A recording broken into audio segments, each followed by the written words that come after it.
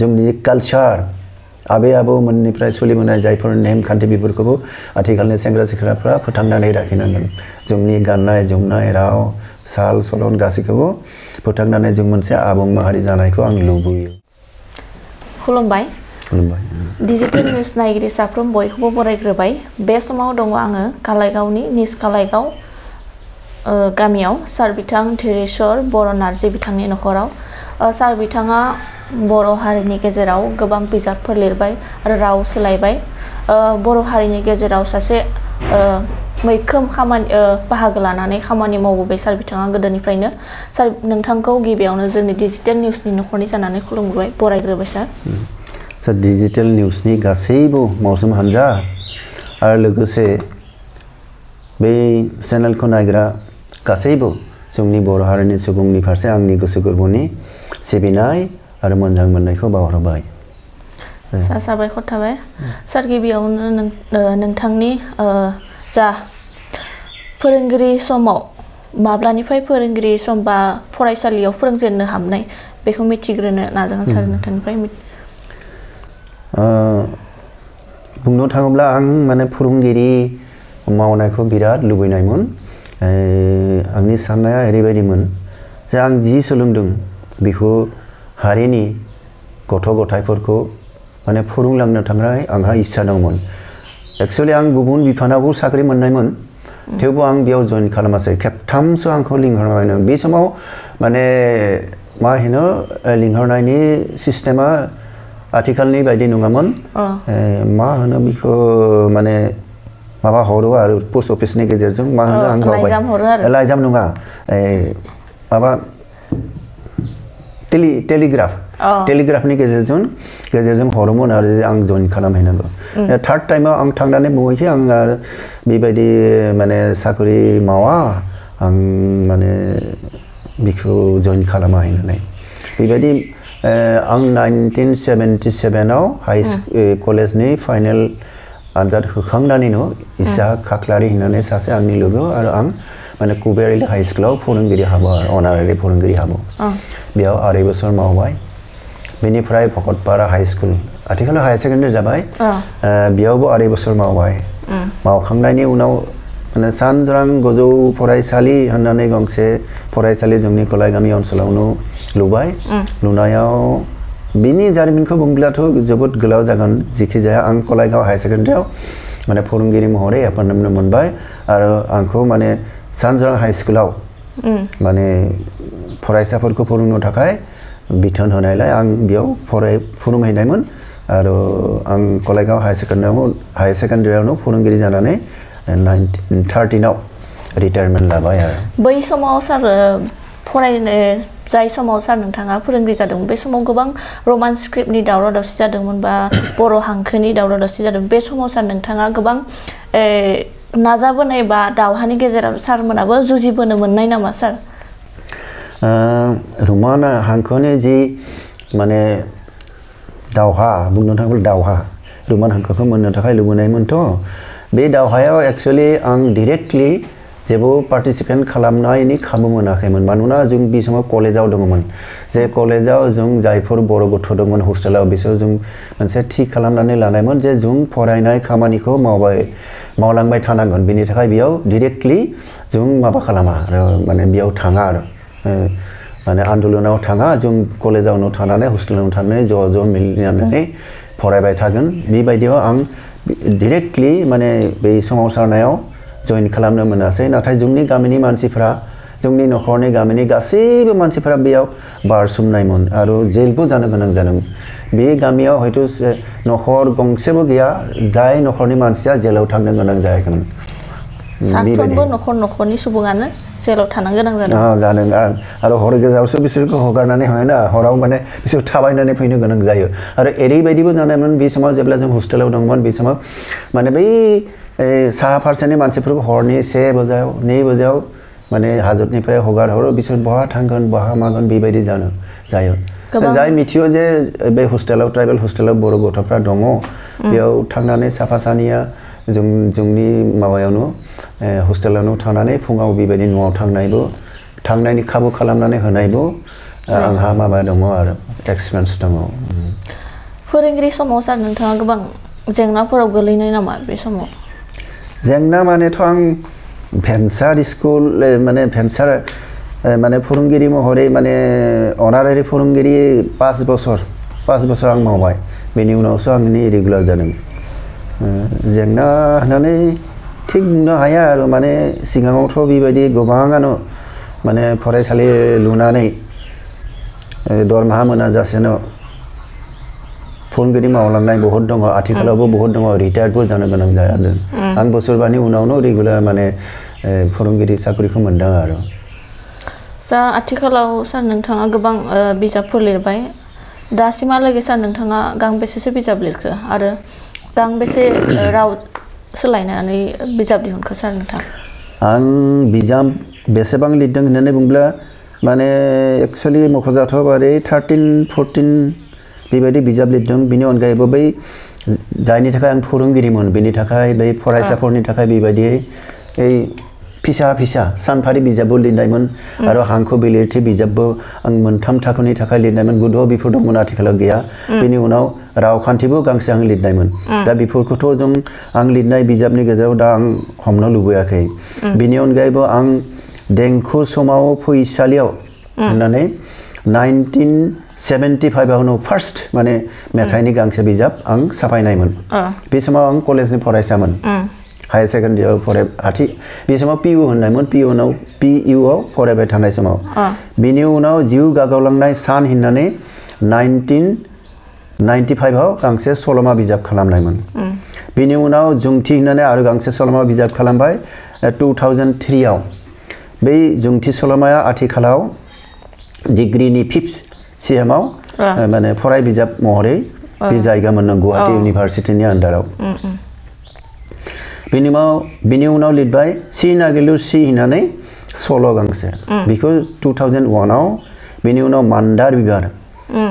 बेबो सल'नि बिजाब 2002 आव बेनि उनाव रिंनि रिं होननानै आरो गांसे सल'नि बिजाब खालामबाय 2007 आव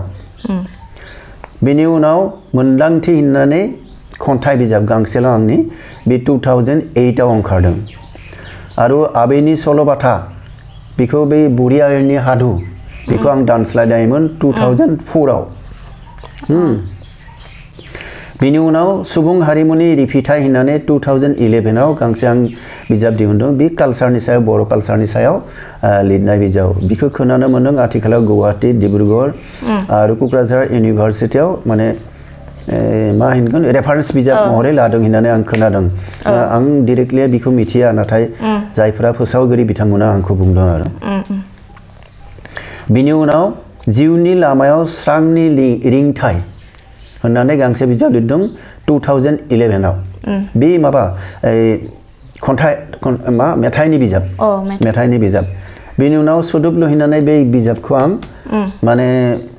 जथायबाय बेनि मेन जाहोना डिक्सनारिथ' आं बुंनो लुबैयाखै आंनि साननाय ओरैबायदिमोन जे बर'नि गेजेराव गोबां माने कि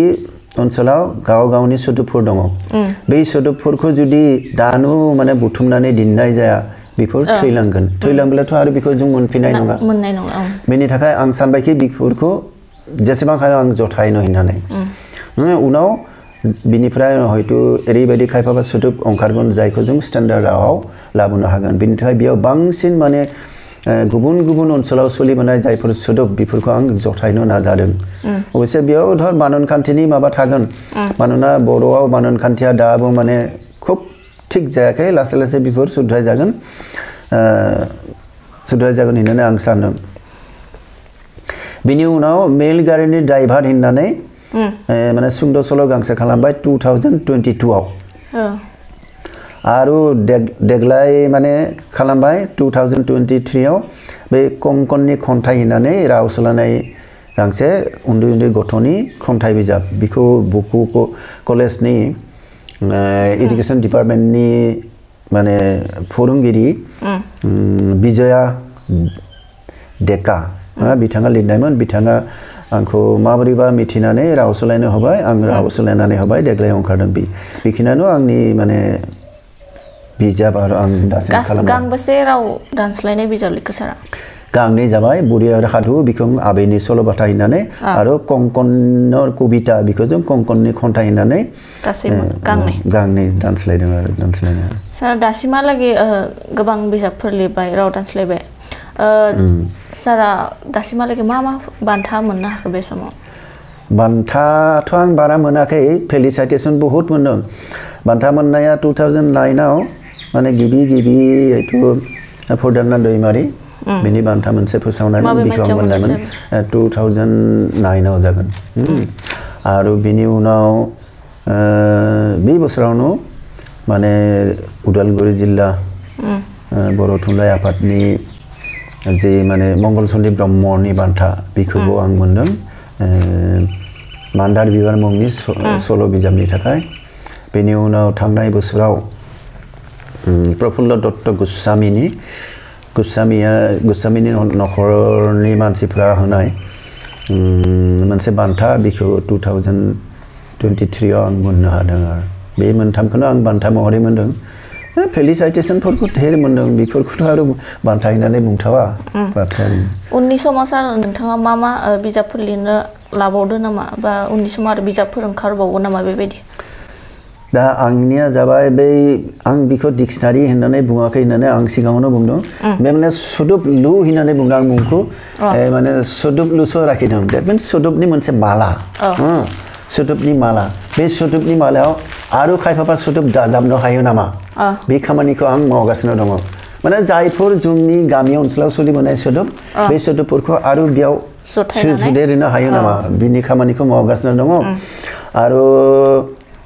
गांसे सल'माबो दङ मोनथामसो आयदा लिरनांगोन बे सल'माया बोधय 1977 आवनो जागायजेननाय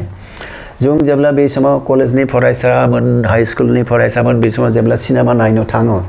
बे गासैबो काहिनियाव मा फाइट एबा माने जुजिलायनाय बिहारु थानायखौ जों मोननायमोन सल'माफोराव बेबायदि बिहारुनि आखु मोनसे थानाय नुनायमोन आं साननायमोन बे बिहारु आखुथाय माने जेंना जेंसि थाय एकदम प्लेन मोजां मोननायजों माबा सल' एबा सल'मा जानो हायो ना हाया बेखौ साननानै माने जेराव माने एकदम प्लेन माने सिम्पल मोजां मोननायखौ लानानै गांसे सल'मा बिजाब आं खालामनो नाजादों माने जेराव बिहारु एबा हेंथारु गैया बेबायदियै बेखौ हयथ' आरो मोनथामसो गोबाव जादों आंहा माने बाथ्रा जाबाय 77 फ्राव जागायजेननायनि उनाव माबा जानायमोन बे बहाबा फाइलाव हाबनानै दंमोन दा आंनि मोननै माने बिजाबनि आलमिराखौ उरिया जाबाय जानायाव माने आंनि कलेजनि हाई स्कुलनि सार्टिफिकेट मार्कशीट आरो बहुत रेकर्ड बेफोरखौबो उरिया जाजोबदों आरो बिजाबफोरखौ जाजोब्बाय आंथ' गम मोनाखैमोन सासे नायनानै नुबायदि उरिया जादों दा बिखौ जेब्ला आं माने नायनायमोन मा जाबाय जायाखै बेबायदियाव बै फाइलाव ओंखारबाय बे फाइलावनो दङमोन आधा लिरग्रा माबाया सल'माया दा बेखौ आं सानबाय कि बेखौ आं फोजोबनांगोन बेबायदिहै आरो मोनब्रै मोनबासो माने आयदा लिरबाय आरो मोननै मोनथामसो लिरब्ला जोबगोन बेखौ माब्ला जागायजेननाय जायो आं दाबो सम थि खालामाखै हयथ' बेखौ खालामजोबनो आं नाजागोन आरो आं बेबायदि सानदों आरो दा गोदोनि जेनेरेसन आरो दानि जेनेरेसननि सायाव सारा मा बुंगोन बे समाव दा गोदोनि जेनेरेसन आरो दानि जेनेरेसन बिनि सोमोन्दै बुंनो थाङोब्ला बहुत बुंनांगौ आरो बुङाब्लाथ' जेबोनो गैया जोंनि दिनाव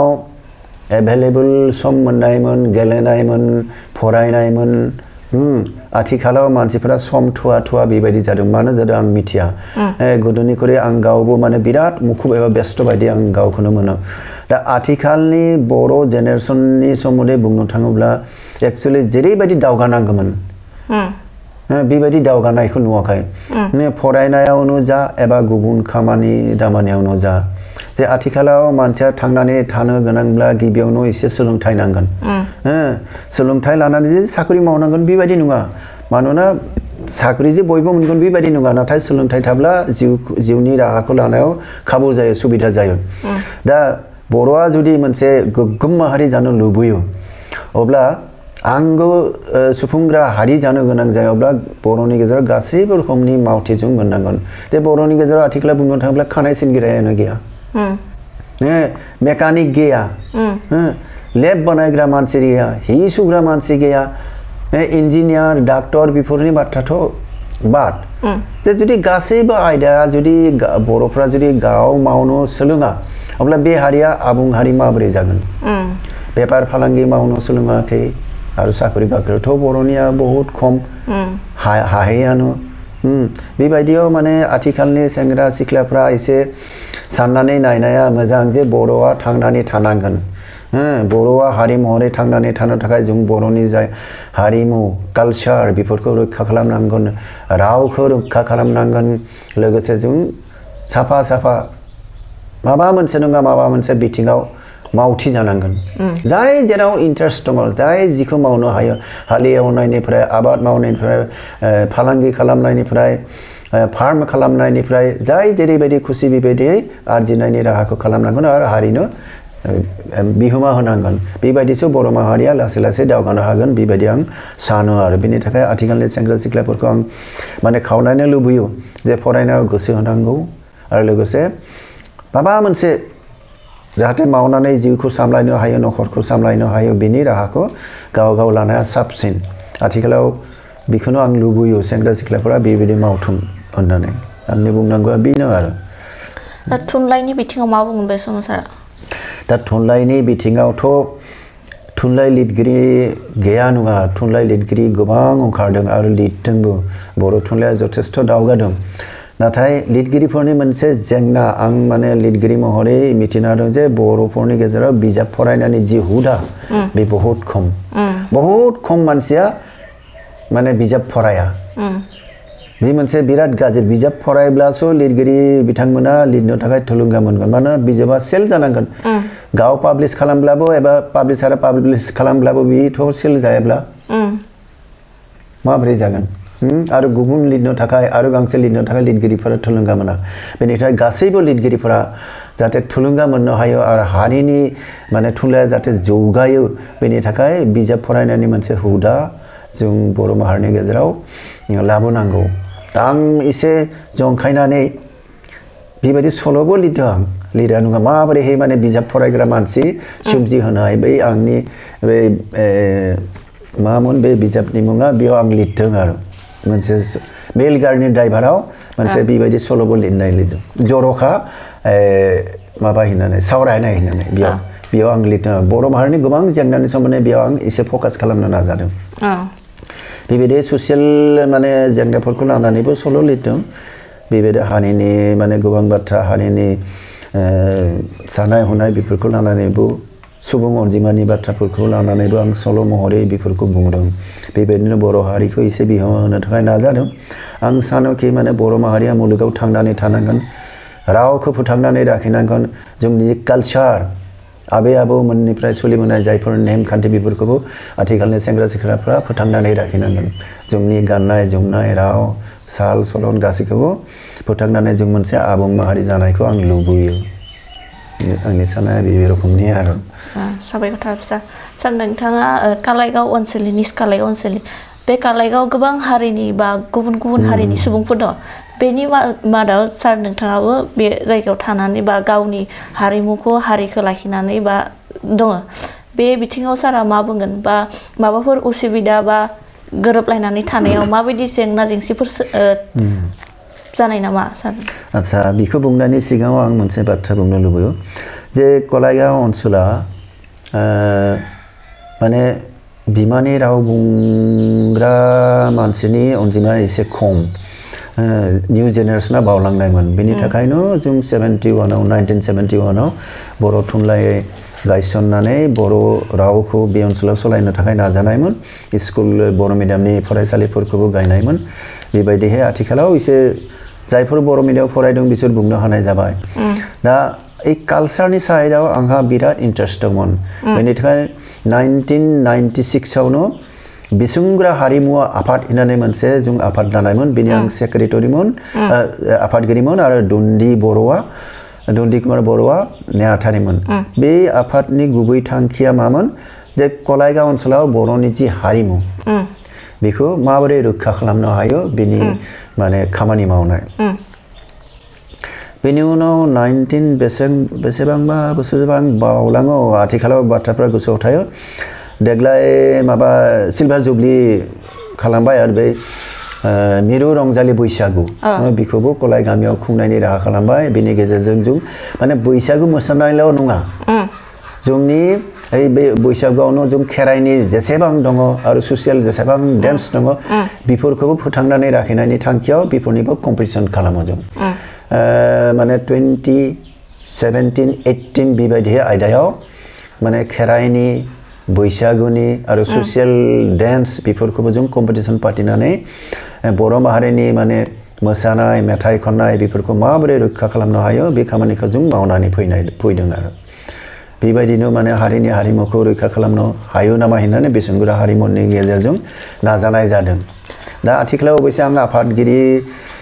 जानानै दंब्लाबो एसे माने बैसो जाबायथ' माने आथिखालनि गोदान सेंग्रा सिख्लाफोरनि आखायाव बांसिन बिबानखौ होदों आरो आं गावबो मोनसे रिं रुइ हारिमु आफादगिरि कालचारनि मोनसे गौथुम बनायनानै लानायमोन बेथ' बहुत जायगायावनो असमनि गोबां जायगायावनो माने बेबायदि बर'नि मोसानायफोरखौ खेराइ मोसानायफोरखौ बैसागु मोसानायफोरखौ मोसाहैनायमोन मोनसे समाव नाथाय आथिखालाव सिख्लाफोराबो खमिलांबाय बेबायदियाव बे दा बुंनो थाङोब्ला दिदुम माबा जानानै दङ एसे स्लिपि जानानै दङ सार बे समाव सार नोंथाङा बर' हारिनि गेजेराव बा लाइमोनफोरजों लोगोसे बिमा बिफाफोरखौ मा खावलायनो सानो दा आथिखालाव आं मोननै बिथिंजों बाथ्राखौ बुंनो लुबैदों फार्स्टआव जाबाय आथिखालनि बिमा बिफाफोरा स्पेशली जायफ्रा गामि ओनसोलाव दङ बिसोर गावनि गथ' गथायफोरखौ माबोरै फिसिनांगौ माबोरै मानसिनि आखल आखु फोरोंनांगौ गेदेरखौ मानिनाय उन्दैखौ अननाय बेफोरबायदि सानस्रिफोरखौ माबोरै फोरोंनांगौ मिथिया बेबायदियाव बर' माने सेंग्रा सिख्लाफोरा माने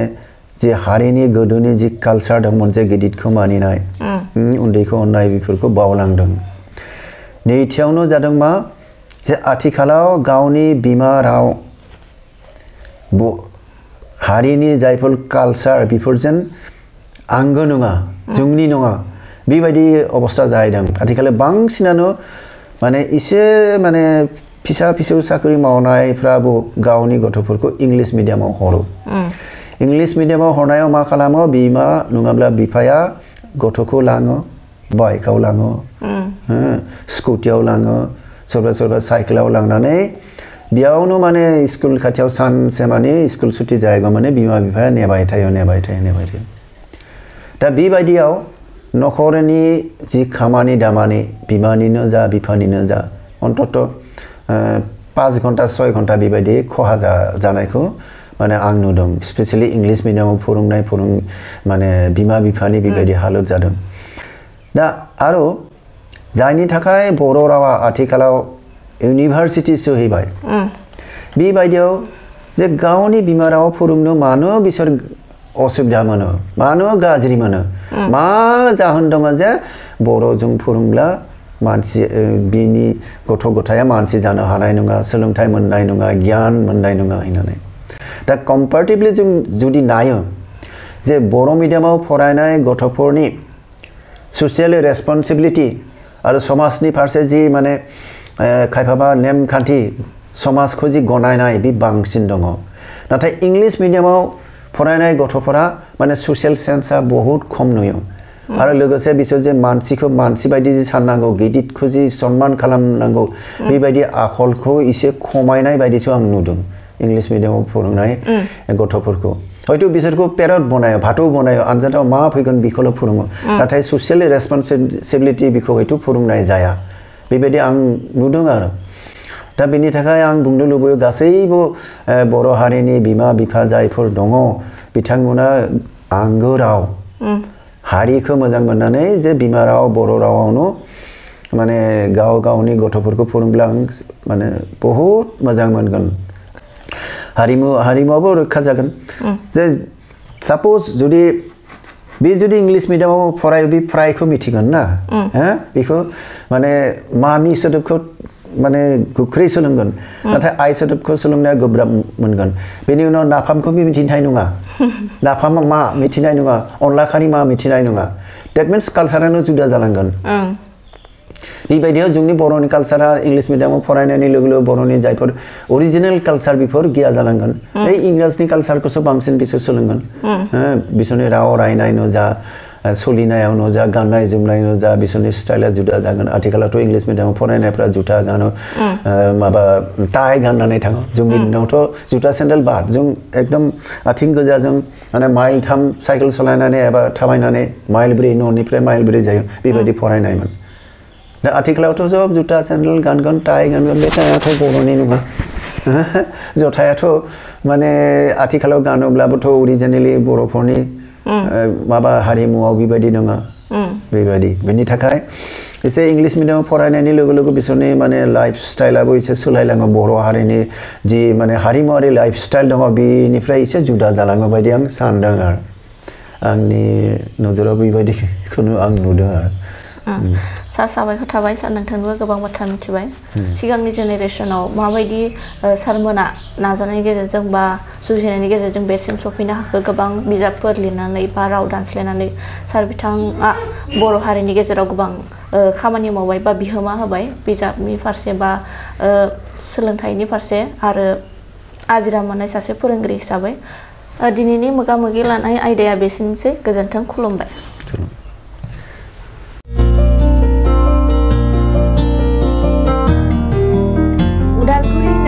संकरदेव मिशन हाई स्कूलनि साखाथियाव थानाय रेगिरेगां दखना गलायाव लफाय एफएनएफ महर ब्रेन्ड बिबार ब्रेन्ड आर'नाइ ब्रेन्ड जुरिपान माथानि बायदि बायदि रोखोमनि दखना आर'नाइ ब्लाउज फालि आरो बर'नि साबसिन हामसिन आगरनि जिफोरखौ हलसेल आरो रिटेल मोन्नैबो बेसेनाव बायनो हागोन बेनि थाखाय नोंथाङा 7896313108 एबा 8471820909 जानबुं नाम्बाराव सुलाद लानो हागोन।